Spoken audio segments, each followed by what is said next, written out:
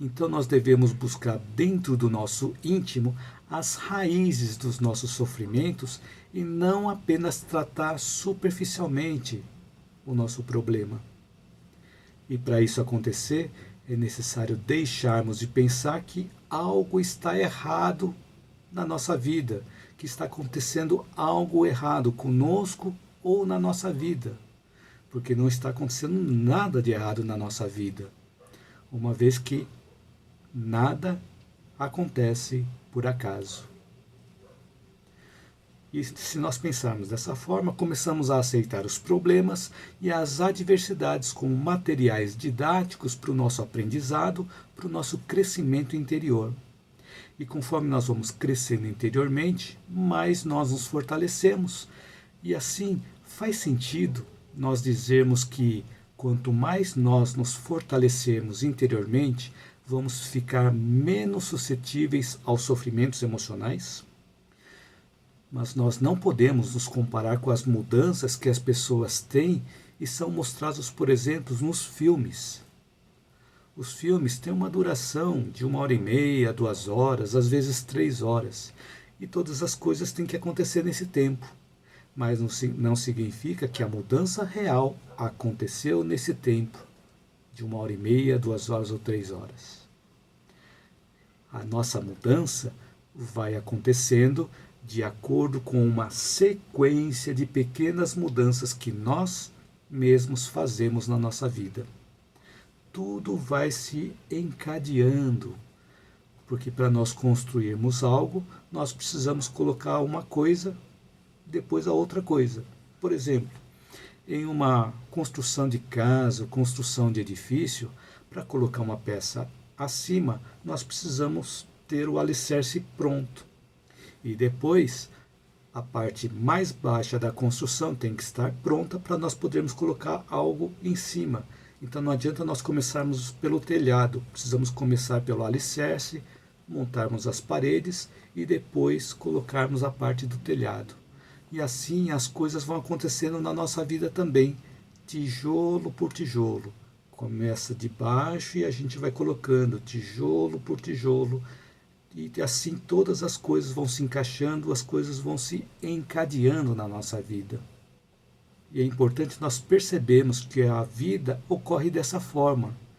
E essa percepção de que a vida ocorre dessa forma, tijolo por tijolo, numa sequência contínua, vai fazer com que ajude a controlar a nossa ansiedade de querermos que as mudanças aconteçam de forma rápida. Por exemplo, quando nós vamos fazer uma mudança de uma casa para outra, essa mudança não acontece apenas no dia da mudança. Então a gente marca um dia para a mudança, mas a mudança não acontece apenas naquele dia. Nós precisamos antes nos organizar, separar as coisas que vamos levar, separar as coisas que nós vamos doar e separar as coisas que nós vamos descartar.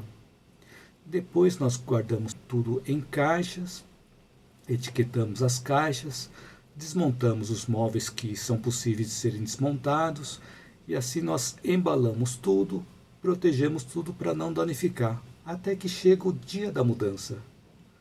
No dia da mudança nós precisamos carregar o caminhão e depois ter o tempo, o deslocamento do caminhão de uma casa para outra, e isso vai depender da distância entre essas casas. Mas quando o caminhão chega lá no destino e descarrega toda a mudança, não significa que a mudança acabou.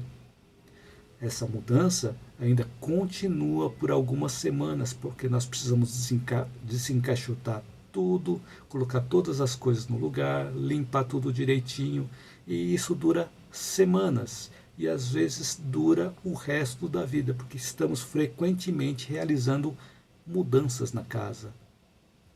O mesmo acontece com as mudanças que fazemos dentro de nós. Nenhuma mudança acontece de forma rápida. É uma sequência de acontecimentos que nos faz mudar.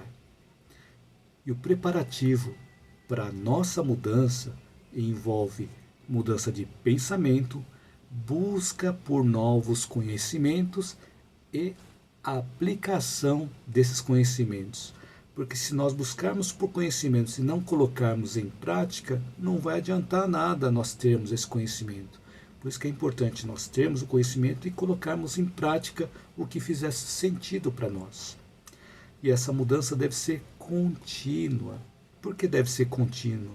Porque quando nós pararmos de mudar, alguma desordem ou alguma confusão ou alguma agitação aparece na nossa vida, nos indicando que nós precisamos continuar mudando.